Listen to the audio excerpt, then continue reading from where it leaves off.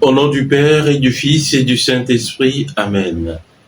Gloire et louange à toi, Seigneur Jésus. Évangile de Jésus-Christ selon Saint Jean.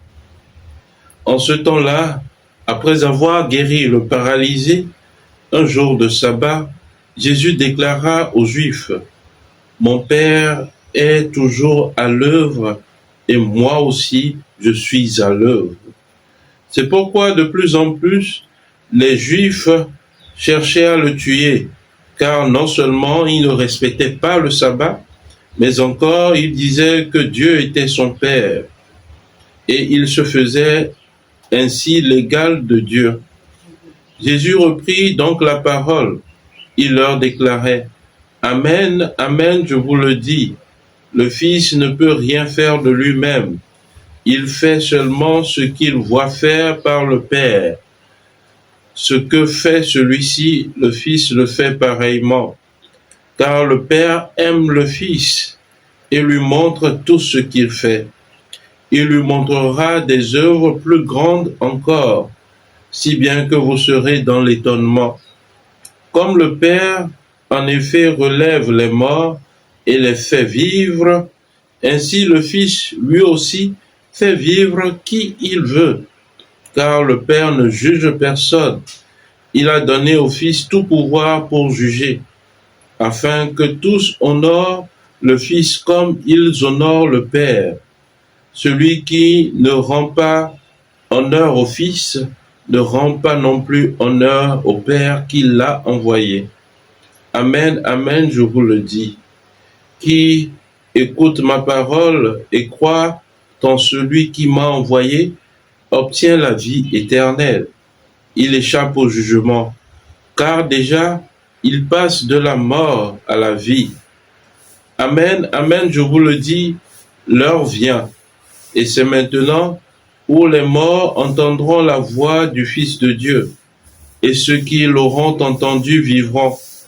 Comme le Père, en effet, a la vie en lui-même, ainsi a-t-il donné au Fils d'avoir lui aussi la vie en lui-même, et lui a donné pouvoir d'exercer le jugement, parce qu'il est le Fils de l'homme. Ne soyez pas étonnés, l'heure vient, où tous ceux qui sont dans les tombeaux entendront sa voix. Alors ceux qui ont fait le bien sortiront pour ressusciter et vivre, ceux qui ont fait le mal pour ressusciter et être jugés. Moi, je ne peux rien faire de moi-même. Je rends mon jugement d'après ce que j'entends, et mon jugement est juste, parce que je ne cherche pas à faire ma volonté, mais la volonté de celui qui m'a envoyé. Acclamons la parole de Dieu, louange à toi, Seigneur Jésus. Bien-aimé le Dieu, paix et joie à vous. Hier, dans l'évangile qui nous a été proposé, nous avons vu Jésus guérir le miséreux de la piscine de Bethsaida. Et aujourd'hui, nous voyons qu'il continue son enseignement à l'endroit des Juifs qui lui font le reproche de ne pas vivre le sabbat. Chers frères, chères sœurs, Jésus, dans son enseignement, dévoile deux choses importantes. Son unité avec le Père, d'où il tire sa mission. Et il nous invite à écouter sa voix afin de vivre par lui. Eh bien, nous voyons combien Jésus revient à chaque fois sur son unité avec le Père. Sa mission découle de cette unité avec le Père. Tout ce qu'il fait, tout ce qu'il dit, lui vient du Père. Et cela nous pose une question aujourd'hui. Nous, en tant que chrétiens, ce que nous vivons, ce que nous disons, ce que nous faisons, d'où cela nous vient-il? Est-ce du Père? Est-ce de Jésus? Ou est-ce de nous-mêmes? Chers frères, il nous faut vraiment nous plonger dans le creux, dans le sein de Dieu, afin, comme Jésus, de recevoir ce qu'il veut de nous. C'est lui qui nous a créés et nous ne pouvons rien faire sans lui. En nous créant, il nous donne une mission de vie. Alors, nous devons nous demander quelle est ma mission de vie. qu'est-ce que je suis venu accomplir sur la terre et qu'est-ce que je fais de mon existence. Et alors, je demande au Saint-Esprit de me donner la lumière nécessaire pour vivre tous les jours de ma vie en conformité avec ma mission de vie que je reçois du Seigneur. Le deuxième élément, c'est d'écouter le Seigneur. Oui, lui-même, il nous le dit dans sa parole tout à l'heure. Il nous faut écouter sa parole pour vivre, aussi bien pour les vivants que pour les morts.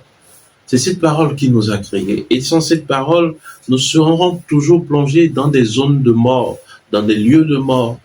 Et cette parole vient nous amener à la vie.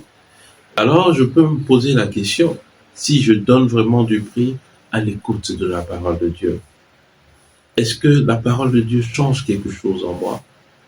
Est-ce que j'essaie de mettre en pratique cette parole? Chers frères, que le Seigneur, par son Esprit Saint, nous donne la lumière nécessaire pour mettre en pratique sa parole, pour d'abord écouter sa parole, puis la mettre en pratique. Amen. Prions le Seigneur. Dieu qui répond à la pénitence en récompensant les justes et en pardonnant aux pécheurs, prends pitié de nous, écoute-nous, que l'aveu de nos fautes nous obtienne la grâce de ton pardon.